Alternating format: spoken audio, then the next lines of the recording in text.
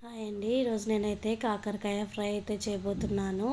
First అయితే కాకరకాయలకి తొప్పంతా తీసుకోవాలండి, పైన అంతా తీసేసుకోవాలి నీట్గా. తర్వాత ఒక ప్లేట్ పెట్టుకోవాలండి. ప్లేట్ పెట్టుకొని సాల్ట్ అనేది అలా బాగా చల్లుకోవాలండి. చల్లుకొని మనమైతే ఎన్ని అయితే తీసుకుంటున్నామో ఫ్రైకి అన్నీ కూడా అలా పెట్టేసుకొని సాల్ట్ అనేది బాగా కప్పేసేయాలండి. కొంచెం కూడా గ్యాప్ ఇవ్వకూడదు. గ్యాప్ ఇచ్చామంటే కాకరకాయ అనేది చేదు వస్తుందండి. చేదు రాకుండా ఉండాలంటే అలా సాల్ట్ అనేది నింపేసుకోవాలండి. ఫుల్గా పెట్టేసుకోవాలి, వేసేసుకోవాలి.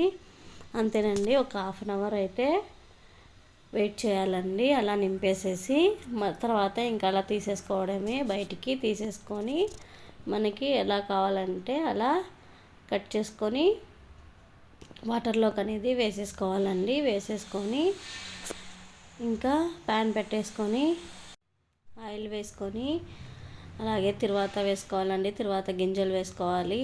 అవి చిటపట అయిన తర్వాత ఇంకా కాకరకాయలు వేసుకొని బాగా మగ్గించుకోవాలండి. అవి మెత్తగా అయ్యేదాకా మగ్గించుకోవాలి. ఒక 5 మినిట్స్ అలానే మగ్గించుకుంటూ ఉండాలి. అప్పుడైతే మెత్తగా అవుతాయి. కొంచెం సిమ్లోనే అయితే పెట్టుకొని మగ్గించుకోవాలండి, లేకపోతే మాడిపోతాయి. అంతేకాని మెత్తగా అయితే కావండి. అందుకనేసి సిమ్లో పెట్టుకొని అయితే మగ్గించుకోవాలి బాగా. ఇది కాకరకాయ ఫ్రై అనేది నిల్వ ఉంటుందండి. అంత తొందరగా అయితే పాడవదు. 15 డేస్ అయినా కానీ ఏం కాదండి. కాకరకాయ ఫ్రై అనేది నిల్వ ఉంటుంది. కొంచెం ఎక్కువైనా చేసుకున్నా పర్వాలేదండి. దీనికి పౌడర్ అయితే చేసుకోవాలి. దానికి ఒట్టిమిరపకాయలు, కొబ్బరి, అలాగే ఉప్పు, తెలవాయండి మిక్సీ అయితే పట్టుకోవాలి. మిక్సీ పట్టుకొని అలా పౌడర్ అయితే చల్లేసుకోవాలండి.